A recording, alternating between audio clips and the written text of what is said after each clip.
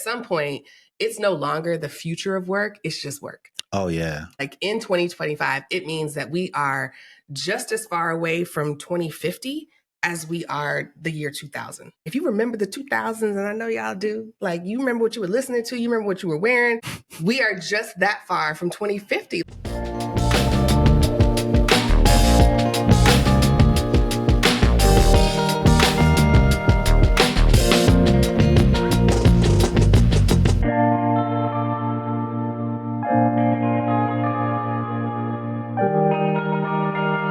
Welcome to the Rich and Regular podcast, where we explore life at the intersection of money. I'm Kirsten. And I'm Julian. And today we're talking about the trends we believe will shape the way you invest, spend, and earn money this year. It's now 2025. So yes, Lord. Clap. 2025. Yes. But before we jump in, I want to give a shout out to Natural Intuition. Yes. Natural Intuition. Who left us a 5-star review that said the title was much needed episode. The episode about saying no to lending money. Fire emoji. As someone deemed to have made it, in quotes, I wish I had this episode about 10 to 15 years ago. Such wisdom and great advice that I hope others take advantage of. Matter of fact, let me send it to a few folks to ensure it gets in needed hands. See, that's what I'm talking about. Natural intuition is about that action. Yeah. Because it's one thing to like an episode, feel it, but it's another thing to assume that nobody in your circle is going through the same thing. And what they did, I'm assuming she did, is decide to like spread the word, start the conversation. Because you know you're not alone. And that's, again, that idea, that notion is at the heart of pretty much everything that we do. It's like, how do we talk about the thing that we know people are thinking about, but like may not necessarily have the courage or the resources or the wherewithal to actually tackle it. And so, that's why we did that. Because I was like, look, I know it's holiday season, but let me teach you how to say no real quick. Because everybody gonna ask. Because there's a lot of folks out there that would have no problem saying in the spirit of the holidays, let me hold something. 2025. I know.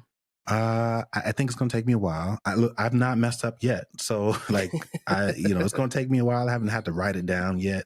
But what'd you think of 2024? Yeah, what'd you think of 2024? 2024, it was a blur. First of all, like that felt like probably one of the fastest years I've ever experienced. At the same time, whenever I scroll through like memories and stuff, I'm like, damn, that was this year. Like, how did we do all of that this year? It was wild. It was a weird year. It was not the best year for the business, and maybe we'll talk about that, at some point. But like, even still, it was like probably one of the best, if not the best year we've had as a family, as a unit. We came together, and I haven't even really fully processed it, but like, we definitely defined what family means for us this year in all ways, and that felt really, really great. And it's three of us, legit. Like, it's not 2 + 1. Like, it's us three. He has a point of view. He has money. He's got taste buds. Like, he's legit. He told me this morning, he was like, nah, we the Saunders. So I was like, you right, bro. Like, you here. It's real. Yeah, here to stay. Yeah, I think, first of all, to the business comment, a lot of businesses had a really rough year, and we'll get into that a little bit when we talk about the stock market. But even just looking at people's Instagram posts and year-end recaps, like, it was a mixed bag. Oh, yeah. I would say the majority of people said it was a really hard year. Yes. They obviously, like, you know how you do on IG, you got to like pivot it and position it as like, but I learned something, or but it was worth it. But most people had a really hard year. And I always like to encapsulate the mood of a year using the words of a year from the dictionary. Oh, and okay. There's actually 2. So the Oxford University Press selected brain rot as the 2024 word of the year, which is supposed to describe this decline in a person's mental state. It's often due to consuming too much low quality content, but it's just like the mushification of a brain. We've been calling it brain mush. For I've called it brain mush forever. So shout out to Merriam-Webster. Is that who it was? That name? No, that was Oxford University Press. Oxford. Okay. Massive shade on the globe. By saying, let me tell you how I feel. brain rot. Yes. Like just stinky. No, I fully agree. And we've been talking about this in a number of ways. Obviously, you know, in our personal lives, you don't just walk around telling people that their brain is mush, even though we do have a handful of people that we say it I to say it all the regularly. time. But no, it is real. It is so real. And you know, typically whenever you start to see things like this, like names or words being announced, like it's pretty much like already too late. Yeah. Right? Like it's already established. They've identified that this trend has become a bit longer than they thought. I was like, no, this is here to stay. Like Yes. we have taken it to an extreme. And yeah, I'm not surprised by that. But you know, I think you and I probably have some thoughts that we need to cycle through to make sure, like, how do we not necessarily pivot, but how do we accommodate or ignore? Well, that's Because interesting that those are your two options, because Merriam-Webster's word of the year that's was dictionary, I know. I know Miriam, Miriam Merriam and Webster. and Webster. I don't know about no Oxford. That's the Brits. Well, their word of the year was polarization. And Yeah. I completely agree. Like, I think of polarization as radicalization's little cousin. It's like the step before you get radicalized. And you get polarized. Is you polarize. You believe that it's either this or that. Like, it's either you either coming or you not. You either gonna make it or you not. We either gonna accommodate you or we're gonna ignore you. Yeah. And I think 2025, as I look forward for the year, is gonna be where we start to uncover some of those answers. I remember recording this same episode in 2024. Actually, we recorded it in 2023 to talk about 2024.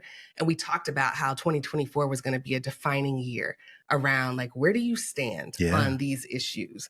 Because it's not going to stop. And the way that America works is like majority rule, and majority is often spliced in different ways. And now we're seeing that shift too. Like, it's not just about race. It's also about psychographics and knowledge and taste. And taste levels, preference. Yes. Yeah. And so as I look forward to 2025, you know, if you think about it, it's the halfway point to the 2020s. Like, we're going to be in 2030 in 5 years, which is wild. And babies that are born in 2025 are officially Gen Beta. These babies are supposed to live until the 22nd century. Yeah. So if you're pregnant right now, like, you got a Gen Beta, Beta baby. Our son, I said my son, you know, you claim him too. But I claim him on good days. On good days. He your son when he acting he's up. already done, you know, we tried to do the family tree exercise. And he was like, oh, you born in the 1900s? I was like, okay. First of all, yes. It was the late 1900s. I was born in the late 1900s, bro. You were born in the late 1900s, my boy. I was. Yeah. That's what it sounds like. Yeah. That's true. And he was like, wow. I was like, okay. Well, yeah. But to your point, right, on the other side of that range is a generation of kids who will look at, and this is what I just think, you know, a lot of parents, and I'll stop here before we move on, but like, you know, you think about something like video games, like all this fancy stuff we talk about, this is their Nintendo.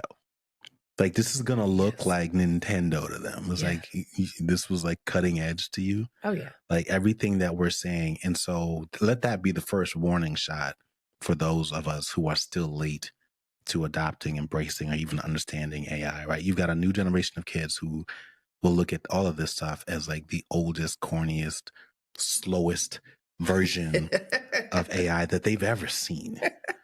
And it won't be by the time that they're our age that they make those statements. It'll be by the time they're like 10. They're like, oh my gosh, yeah, when I was a kid, bro, like we had like we just had ChatGPT 0.2.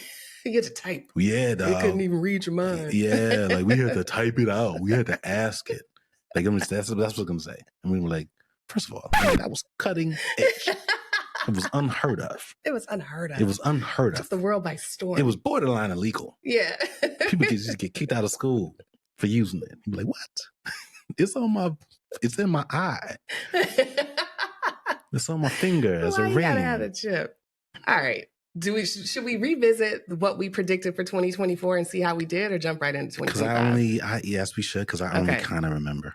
So in 2024, this was episode 143. Okay. For all the ones that want to go back.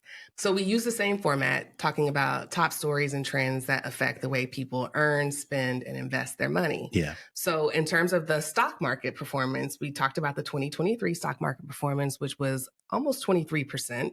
But it was concentrated on the Mag 7. So these big tech companies were the majority of the gains. Yeah. And we talked about the value of index fund investing, the risk of individual stock holdings, and the theories that were driving this engagement, which was that it was either a bounce back from that low 2022 performance, or it was growth fueled by AI innovation, which was our take, right? We were right. Yeah, because it just felt like, no, this is just the new normal. Yeah.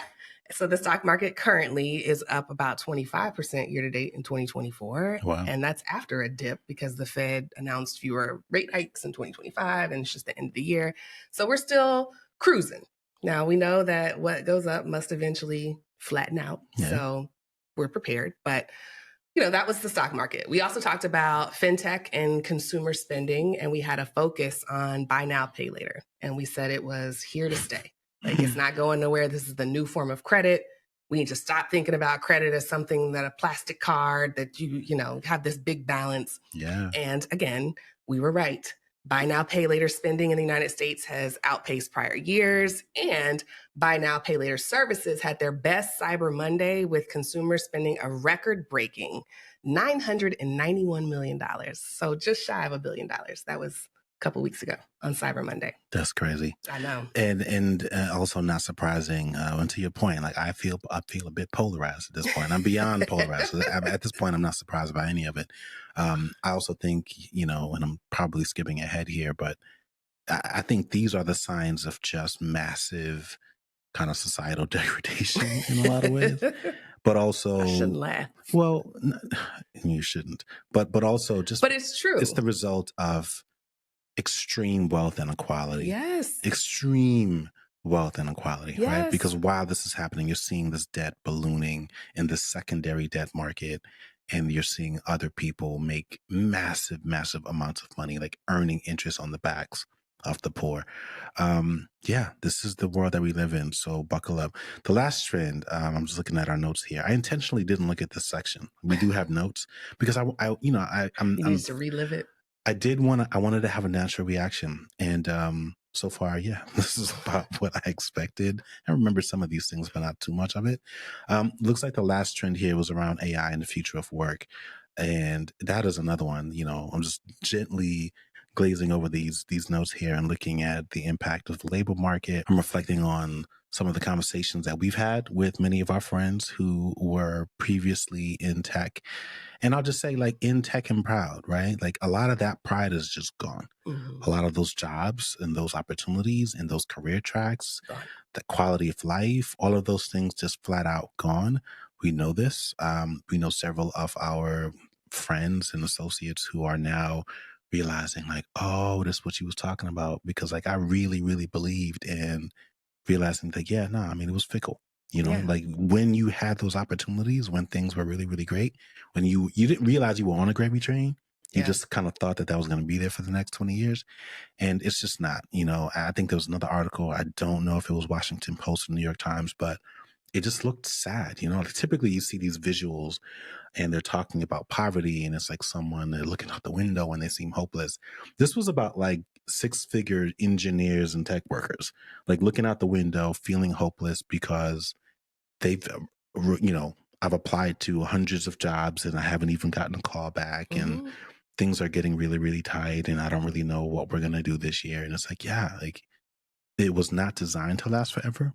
Mm-hmm. It was VC funded. It was hype sort of funded, and that hype train is gone. Hype fueled. VC funded and hype fueled. And it's gone now. And so now we all have to deal with the cards that have been handed to us. And there are a lot of people that are out of work and really don't really know like when that is going to end. And so they're pivoting or they are trying to find opportunities on their own, even though they're realizing that just things just aren't as easy as they thought it would have been. Yes. And it's a brutal system. It is, right, but it's now. Also a pattern. And so that is the mindset I want people listening to this episode with. Yeah. VC funded, hype fueled is a pattern. There will be another pattern. And the goal for you is to not get caught up. Yeah. Get in and cash out. Yeah. Get in, cash out. Get in, cash out. The book is called Cashing Out because it's a repeated and repeatable process. It's not a one-time thing. You're not supposed to sit in the casino for the rest of your life.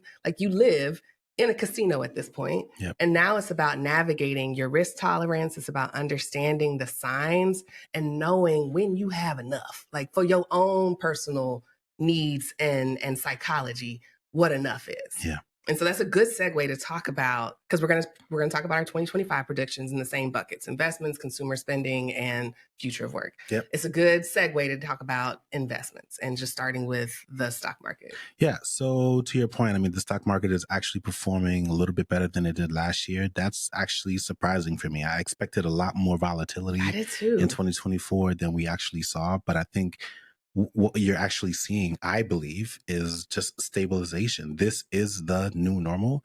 This is what we expect in terms of efficiency. This is what these big corporations are expecting in terms of profitability. I think we are starting to see the early effects of AI adoption, right? And by that, I mean not just the effect from initial cuts. We've been using it for a couple of years now. Yeah. These teams, these departments are not coming back. Our ability to produce these kinds of things are now significantly better and more efficient than they ever have been. And as a result, this is the new normal in terms of what's left over after costs are taken into account.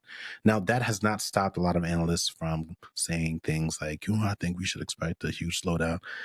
No shade. Like, they've been saying that for the last couple of years now. And again, we can all zoom out and we're all pro, looking and focusing on our investments in terms of long-term growth. But I think what it feels like to me, and this is just my opinion, so I am in a way adding to the speculation hype train here. I think that there just seems to be an outdated embedding of like these points of view. Like, there are people who came up in a world where AI did not exist, and now they are struggling with realizing that no, like maybe that historical average that you've been, banking many of your predictions on is just not as relevant as it is in a tech fueled world. And we've just, this is the benefit of having lived in this world, having studied this kind of work, and having, met with these people and had the same kind of conversations and analysis over like a 5-year, 10-year stretch. You start to see a pattern and all of these kind of concerns that there's a threat. So all that to say, and not to curb what I'm suggesting here, I do not think that there's just not going to be a hiccup. I think the new incoming administration, you're going to see continued growth. I think you're going to see just as they are proposing, you're going to see a removal of regulations and rules. You're going to see a free for all. Corporate greed is back on the table. You're going to see a roar like you've never seen before. The crypto surge that we saw I'm about to talk about shortly that. after Trump won the election I think is a great example. You're going to see a lot more of that. And on the tail end of those like really, really big waves, you're going to see a crashing of those waves. And so there is a bit of a I don't want to say gambling, but there's certainly a higher extent, I think, of speculation that is just a part of the normal process of the stock market now, maybe more than it has ever been. And I don't see that changing at all. So it ultimately tends to benefit people who have the deepest amounts of pockets. It tends to not benefit people who take on too big risk without really being able to accommodate that risk or the downsides of that risk. And so, yeah, I think there just needs to be a greater balance between long-term, short-term. And I think a lot of people are kind of making short-term investments with like the long-term in mind. I'm like, that's not what that's there for. Now, on the other side, I think what you're going to see, going back to our point around regulation, because I think they're going to get really, really aggressive. We've spoken about this in previous episodes when we were comparing the campaign promises of the Kamala Harris camp versus the Trump administration. And what I think you get on the other side of that is a pushback from the progressives and the liberals. And so I think you're going to see another way or another form of trying to make DEI relevant, but like realizing that whatever we were pitching before didn't quite land. I think from a stock market investment standpoint, I think we're going to see a renewed wave from what we used to just call ESG. I think that's going to broaden, the term that I'm hearing a lot of. And we know this because we're working on a project, which I hope we get to announce soon. But impact investing, this idea that we have to use money in our investing strategy to drive policy as opposed to just being mad about it and having more panel discussions about it and having conferences. We have to use the way that we invest or don't invest as a lever to drive social change. And I think a lot of people are starting to realize that that's really the fastest and most effective way to do it. And so I think as investors, not only does that present some warning signs, hopefully it helps you to identify some patterns that you've kind of seen over the last couple of years or heard of, but didn't quite connect the dots. And hopefully it presents some opportunities or something to think about as you are reevaluating, or in many cases, maybe thinking about getting into investing. Yeah, I want to talk a little bit about crypto because you mentioned the surge, and what you're referencing is that Bitcoin is now over $100,000 a coin. Oh, yeah. And this was supposed to be a major milestone in the crypto community. They're all very excited and vocal. And what is catalyzing the surge is Trump's return to office. Mhm. That's seen as a game changer. Unlike the current administration, the Biden Harris administration, he is very pro crypto, and he's putting people who are crypto friendly in charge of different organizations. He even created a new position called the AR and Crypto Czar, which is intended to make America a leader in this space. And the reason why is that there's one article that I love this metaphor. They compared crypto to a beach ball being held underwater by these strict regulations. There are lots of ideas and innovation, but under the current administration, you can't really give someone ownership rights like you can with stocks because it's considered an illegal security by the SEC. It's not welcomed by the powers that be. And so with Trump in office, all of that pent up energy, the ideas, the money, the talent, all of that is supposed to be released. I'm allegedly, like, that's his policy, that's his campaign promise. And so with those new laws expected in 2025, crypto companies can start operating more like normal businesses, and investors can get similar rights as stockholders. It's not going to be as wild, wild west, allegedly. And so there's a lot of excitement there. There's obviously still a lot unknown. The Trump administration has proven that they're not always the most long-term of thinkers. And so even though there may be a short-term opportunity, maybe some regulations get rolled back, you gotta think long-term. You really gotta understand what your goals are before you just go all in. And I think what both of these two things say, both the removal of corporate regulations and the removal of crypto regulations, really says something about the appetite for risk of this administration and the enthusiasm for risk for certain demographics of people, specifically men. Yeah, I also think that Bitcoin eclipsing 100,000 is just a definitive sign of its maturation, right? Like, it's like you can't ignore it at this point. I think you're And they're seeing not. a lot more people who are just willing to say, yeah, it should be a part of your portfolio. You're seeing a lot more even traditional brokerage companies offering ETFs and including it in their portfolio. As a result, you're seeing a lot more purists rejecting those institutions because they think it's unfounded.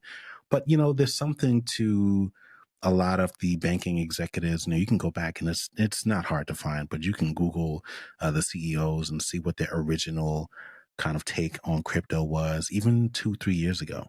And I'm talking about complete reversal, like Most of them. complete reversal. Like, they're no longer calling it a fool's game or just funny money. Like, they're like, well, actually, we do offer things because at the end of the day, our clients want it. And to your point, I like that metaphor of a beach ball being held underwater, because I understand why they would hold it underwater, but they're, at the end of the day, like, if that's where people want to put their money, that's what people want to bet on the bank on. I think that's what we're seeing right now. The last thing I'll say is this: that does not mean that you should like reevaluate and put all of your eggs in that basket. Like, the fundamentals of investing are still relevant. I'm pretty sure we said something similar last year, and we've said it maybe 10, 15 times before on this podcast. And I say that because, a couple of days ago, my group chat, a man's group chat is a little different from a woman's group chat. A woman's group chat is never ending. It's all day. Ours is like a couple times a year. It's like, hey, man, what's going on? Happy Christmas. I love y'all, man. And then that's it, right? So this was like, the third one for the year. We know it's coming. And, we got through all that little stuff. And then somebody hit with the, what's the financial play for the year? And they started talking about this stuff. And I've learned my lesson, because like that's when I put it on mute, because like I sound like a broken record. All that to say, like, I had a friend of mine who was like, actually new to the group chat. And so I felt like, actually, no, he doesn't know what I said last year, And so I started giving him some stuff. And again, it was because I think so many of us are just what I mean by like chasing these short-term goals. Like, we're trying to gamble, like, we're trying to play the lottery. It's like, I just need to know where to put my coins. And I was like, that's not how this works. Like, this is not I'm not even familiar with it, but what's the game where you put all the chips on red or black or roulette or something Oh, like that. Like, yeah. it's like, I just want to know where to move it all. I was like, no, Yeah. sir. Like, you Yeah. should not be doing that at all. You can take one or two of those chips and move it over here. But like, you need to have a foundational strategy in place, a foundational understanding of what's going to happen with those chips that you're holding back before or rather than putting it all on green. Because I'm telling you right now, you do that, you're giving all your money away to somebody who can basically hold out a little bit longer than you can. So it is relevant. I think if you've been on the sidelines and you've been like, kind of skeptical of it, you've been skeptical for good reason. They gave you plenty of reason to be skeptical. But I think if you have another 20, 30 years, even if just 10 years, I think you owe it to yourself to learn a little bit more, to be more mindful. I think there are better sources of crypto education now than there were even 5 or 10 years ago. And so sort through that information, create some type of strategy or copy an existing strategy. But I think you owe it to yourself to have a little bit of exposure, right? Yeah. If for no other reason than for educational purposes, to be able to say, Absolutely. I have invested in it. I'm not quite sure. No different than you're not quite sure about some of these companies that you decided to invest in. I think you owe it to yourself to throw a little bit in there. And there are more ways to do that now than there likely have ever been. Yeah. And you understand how you respond to the highs and the lows associated with crypto. Exactly. I think it's the year to get serious about really determining and defining what your risk tolerance is and checking multiple sources. Because, they got all kind of quizzes. Like every financial institution or robo-advisor will give you like, oh, you're moderately risky. Or, oh, you're conservative.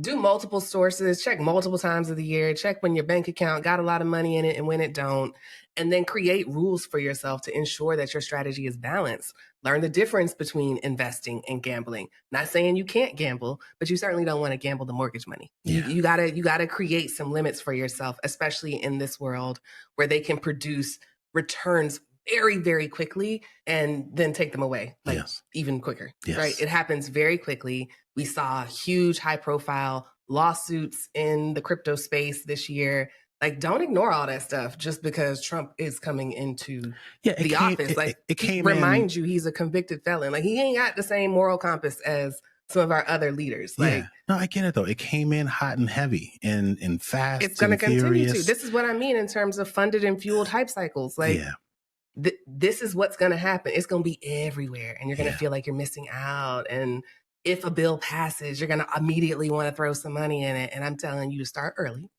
with your research, with your amount. Like if you say, we're going to put $1,000 in it, we're going to put 5 in it. Instead of doing this, we'll do this. Like, go ahead and set them rules early because it's going to be swift. Yes. All right.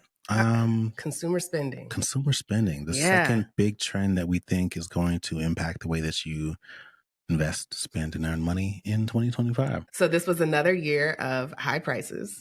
And despite those high prices, people did not stop spending. Imagine that. Spending continued. Now, there was some shifts.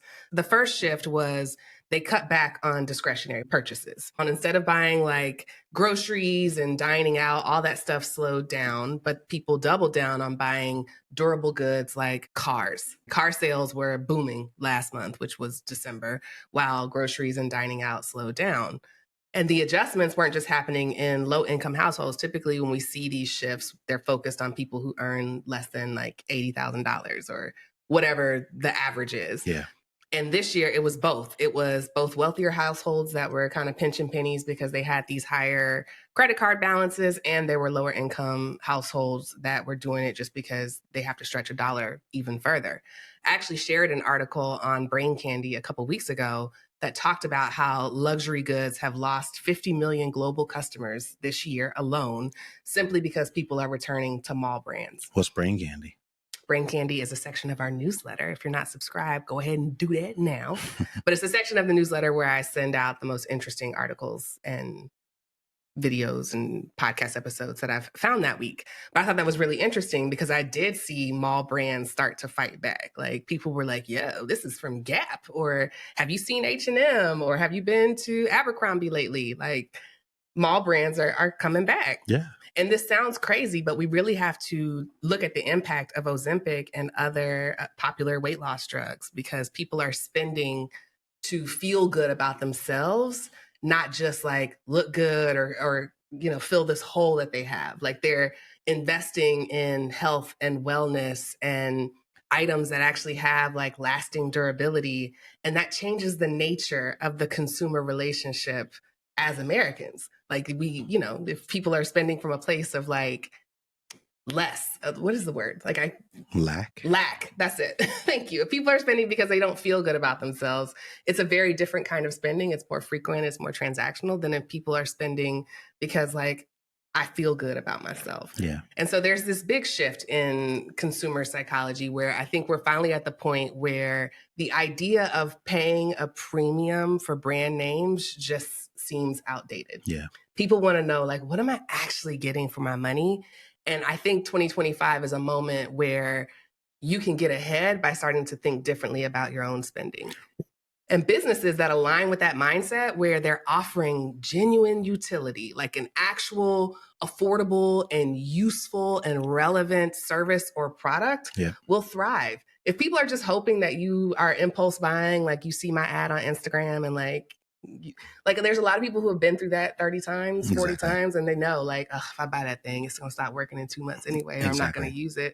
So I think we're at this moment. Now, they will find a way to get you back. They'll find a way to get you back on the spending train. But while you're here, like if you can make this a habit to just be intentional, you got a really good window that you can ride for a couple years. Well, I think this is a really natural part of, any healthy economy. When you talk about healthy competition and you've got different companies, to your point, who are fighting back and saying, hey, we need to win these people back. And this is on the tail end of prices being really, really expensive for goods and services. Naturally, you're going to have a bunch of people who start to second guess or question things before just clicking buy now or order now or whatever. And I think that's what we're kind of seeing here. And I think that's pretty much a good thing because it forces companies to say, no, you can't just throw any old thing out there, mark up a really high price, and all of a sudden expect people to just keep on doing it. Even though we just said that spending is still up, you do start to see some kind of declines or dips in certain areas. And I think that's a really, really good thing for consumers, right? That means that we have drawn the line to say, actually, this is where I draw the line in terms of how much I'm willing to spend for a Five Guys burger. Like it's good, but it ain't like $25. I mean, that's crazy. You know what I mean? And so, or like an airline seat, like Delta really, really tried it this year. And I love Delta, but it's like. And they still trying it. I drove, bro. I was like, I'm not spending $400 to go to Tampa. No shade to Tampa. But yeah. But like, we're not I even in used the to be air able enough to get a snack. Are you kidding me? Like, I'm absolutely not spending that much money for a 50-hour flight. You know what I mean? I will drive. 50 minutes. 50 minutes, excuse me. And so, yeah, you start to see those things. But I think even in the smaller categories of our spending, in terms of other ways that consumers can fight back, aside from just shopping around or being a little bit less loyal to certain brands or companies because that's what you've always flown or always eaten or whatever it is, I think it's just because you've seen so many of these companies offering more and more values to try to retain and attract new customers, what you also start to see is a bit of duplication. And I know we've seen it in our wallets as well. And so I've actually enjoyed that process. It felt kind of old school, going by like, you know what, I don't need cloud storage here, here, here, and here. Like everybody's offering cloud storage now. Who's offering the most? Who's offering the one that works most seamlessly with the equipment that I have? And let me just go ahead and get rid of these things because I don't need it. Or maybe it's duplicative subscription services or streaming services or something like that, where you're saying, you know what, I could actually watch this show on this network or this network, or I can watch something similar and scratch that itch over here. And so just taking the time to say, you know what, some things are better than they used to be. Some things have kind of plateaued a little bit, and maybe I'm a little less sensitive to pay that much. Hint, hint, Netflix. You know what I mean? And so it's all those little things where you start to say, you know what? I've got 5, 6, 7 different types of cloud storage and insurance. And even if you talk about things like groceries, we've talked about this before, where you start to see this enhanced level of quality where it's like, well, I still go over here for these things, but now it's like, you know what, I actually don't need to do that because I can get those things here. And so I'll land on this when it comes to just groceries and costs and managing costs. I think one of the things that we have to get back to is just doing a little bit more math. just a Yes. little bit more math to Yes. make more educated decisions about things. And so like, what do I mean by that? It's like, sometimes it's math, sometimes it's a combination of like the cost benefit matrix where you're like, here's what it cost me. Here are all the things that I'm getting from it. But like doing that thing for the other areas that might be duplicative as well. And then saying, you know what? If I'm getting this here, I don't need it here. I'm getting that here now, I don't need it here. So whether it's AAA, I'm just making it up. But it's like you can find a couple $100 probably You in sure duplicative can. spending, and just maybe reevaluating where you buy certain things, like just breaking that convenience sort of habit a little bit and say, you know what, maybe I don't need to buy all of my meat over here or all of my, I'm just making it up, fresh products over here because the quality is now on par with this brand or this company and so on. But I think unit price as well, because that's like one of the great marketing tricks that they try to get you, where it's like, it costs $10.99 and you get, I'm just making it up, paper towels for 12 paper towels. But like the actual cost per roll or cost per sheet. And that sounds very like what like hyper couponers do, but there's a lot of value in that. Like this is a great way where they hide cost or make you feel like you're getting something, even though in some cases they're not giving you more. If you just go through that exercise, you don't have to do it with everything. I don't expect you to count the amount of beans in a bag or grains Well, you of can rice. do some quick serving size math. But you can do some quick math to say, actually, I don't need to be I'm spending twice as much on pasta just because I'm picking it up at this store. Yeah. You know what I mean? And so this is something that I know that we realized with Costco as we've slowly made some shifts around what we're buying there. And that's worked in both ways, by the way. Like I'm not sitting here saying I'm getting more at Costco. There were some things that we decided to get at Costco, and there were some things that we flipped and said, you know what? I actually don't need 8 cans of coconut milk. I don't cook that many things with coconut milk that often. And so that's not a cost savings for me. That just kind of made me feel good in the moment because I felt like, ooh, I have it, you know? So it's little things like that, like just reevaluating that kind of shopping decision, focusing it on cost per unit or cost per sheet or cost per serving, just where it matters the most. And I think that's where you'll get a really, really great bang for buck. But I think the last thing I'll say along those lines is also redefining what luxury means to you.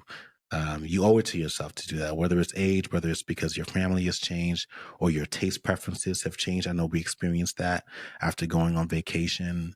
We'd gone to a place, I'm not going to call it out, but like we went to a place that we'd been before. And obviously you make that decision because you're trying to replicate the experience that you Chasing had. a high.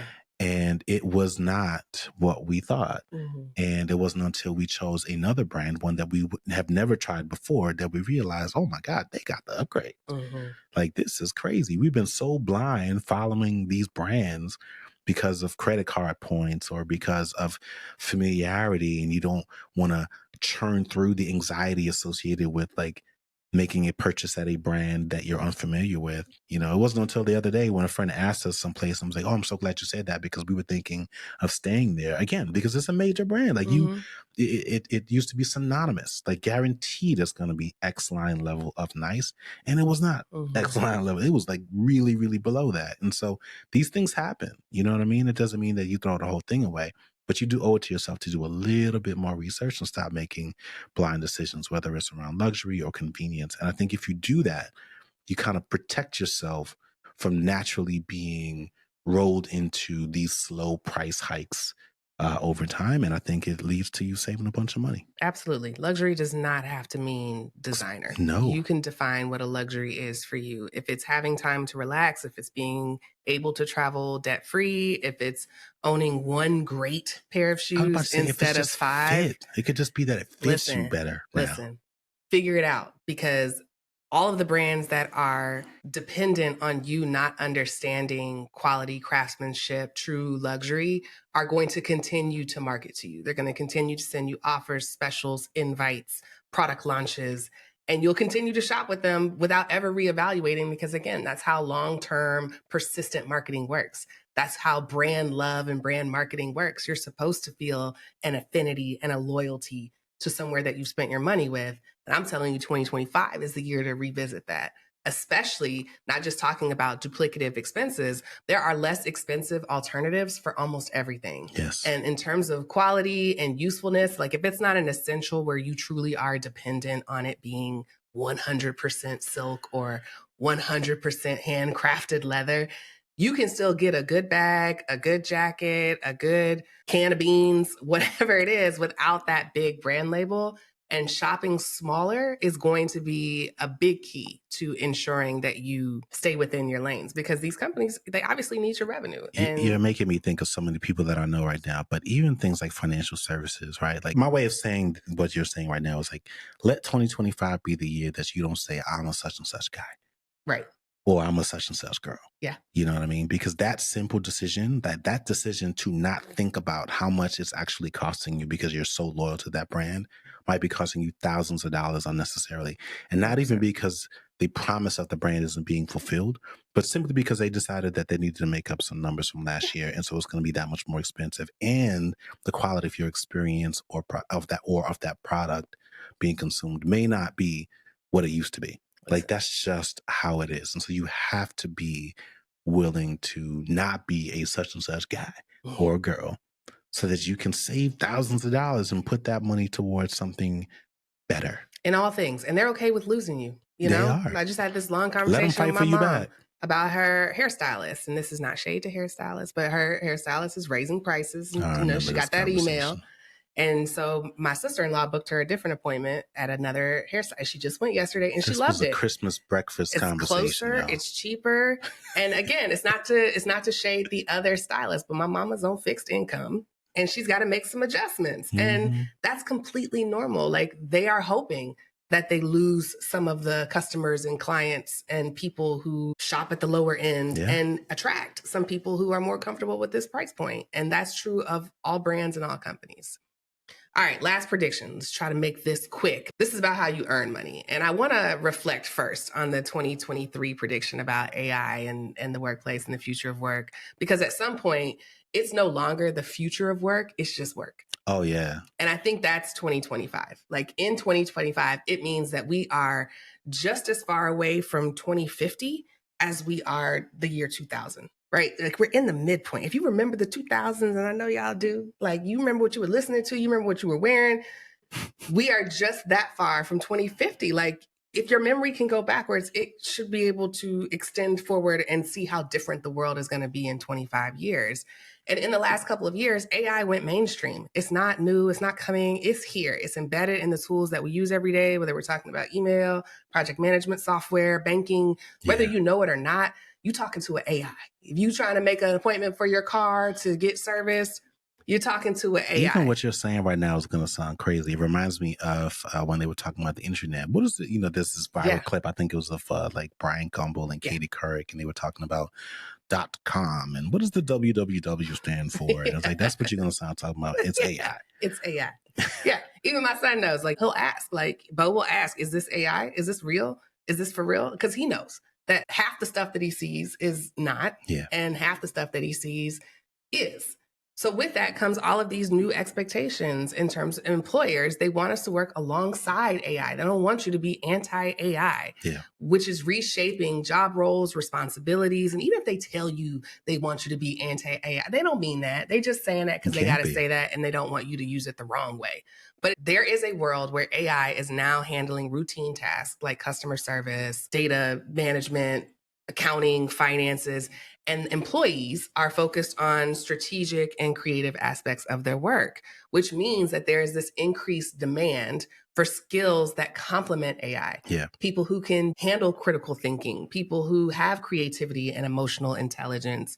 These human attributes are going to be very essential in this new world of work because there are some things that are un-AIable. Like AI is not the funniest. Like if you tell AI to tell you a joke, like maybe you'll laugh. Maybe.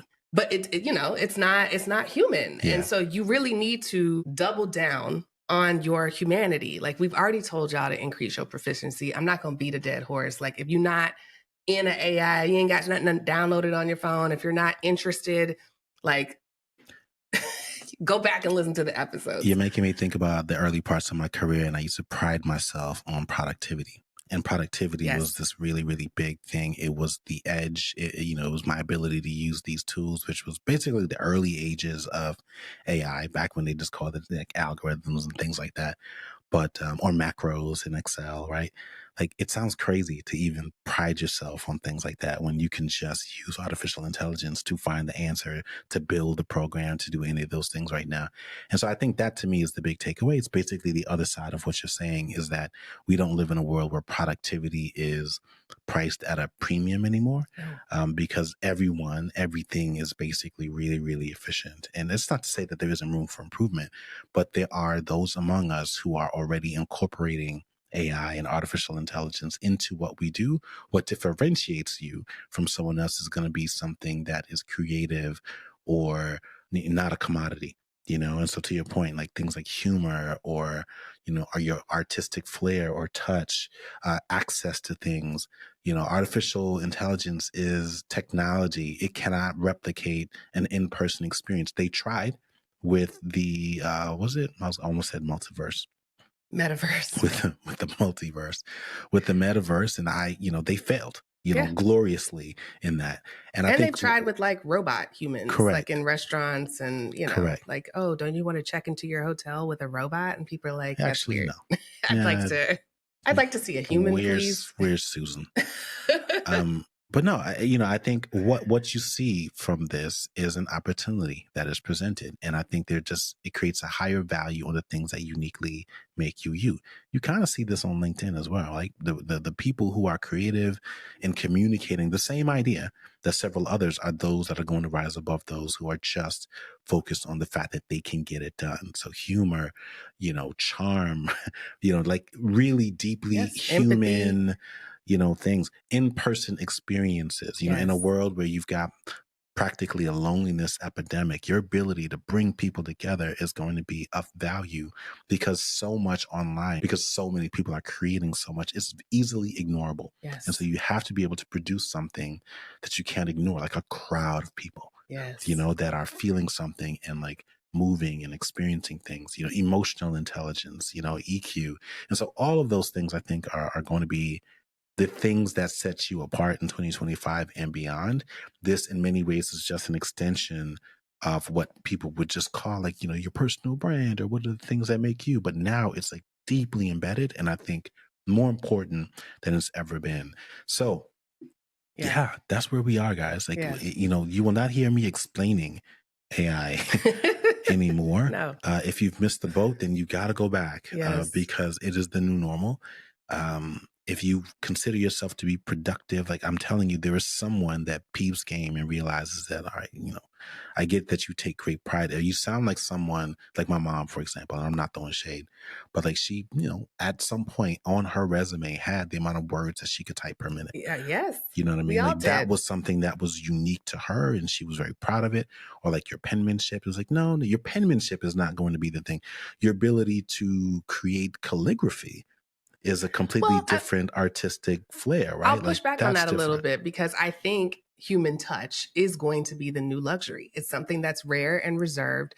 And so little things like handwritten notes or a Oh, for sure. personalized service or face to face mentorship, connection, following up with people that you actually want to get to know better or learn from in person. Yeah. Those things are going to be placed at a premium in terms of value, especially during the like recalculation, calibration of people's values. Yeah. I think those are going to be a mark of care and worth a premium thing. Because to your point, AI can handle the efficiency part. Like Yep. it's time for humans to focus on impact and focus on meaning and the things that matter. And I know that sounds very woo woo, but it's also very lucrative. Yeah. We know this because that's what our business has been doing for the last 7 years, is Yes. focused on meaning, impact, personal connection, in-person conversations. Like that's what we do and we'll continue to do. And hopefully, might be the year. I hope I so. don't even know what the year is. we have a great year every year. But the point is, I'll quote Warren Buffett to end us, because Warren Buffett is famous for saying that predicting the rain doesn't count, building the ark does. And so while we've had a lot of fun waxing poetic and popping off about what we think is going to happen, it's really about being about that action. You know what? I'm so glad you quoted Warren Buffett, because I'm going to go back to the group chat. That's the last thing I'll say. You always say that and then say 3 more things. This is the last thing. I promise. Because he came up in the group chat. That same friend was like, yeah, because, I heard Warren Buffett, shifted his portfolio and he bought such and such to this company. I'm just trying to know what the play is, what the thing is. And I said, you know what? If you ask Warren Buffett what he thinks you should do, he would say this. And I brought him right back to the basics. And that was the last thing I said. It was like my mic drop moment. And that was it, And I think that's a relevant point for a lot of people. It's like, you have to just believe the evidence that's put in front of you. You got to stop chasing hype. Don't quote Warren Buffett if you're not willing to take Warren Buffett's advice. And don't quote Warren Buffett if you're not willing to spend 60 years in the market. Like, Warren Buffett, respectfully, is 90-something years old. Like, would you also go look at Teddy Roosevelt's diet and try to replicate that? Like, what? I'm just trying to make a point around the passage of time. Teddy catching strays. The point is you trim the fat and eat the meat. What is it? I don't know. Trim the fat and eat the meat. Can't have a steak without the sizzle. You know what I'm saying? You know what? Whatever. Y'all know what I mean. I don't know. Pick what works and go do that. Okay. Pick what works and go do that. Pick what works and go do that. That's what I'm saying. All right, y'all. Well, thank you for listening to another episode of the Rich and Regular Podcast. If you like what you heard, let us know by leaving a 5-star rating and review or drop a comment below to keep the conversation going. We are very, very excited about a 2025 with each and every one of you.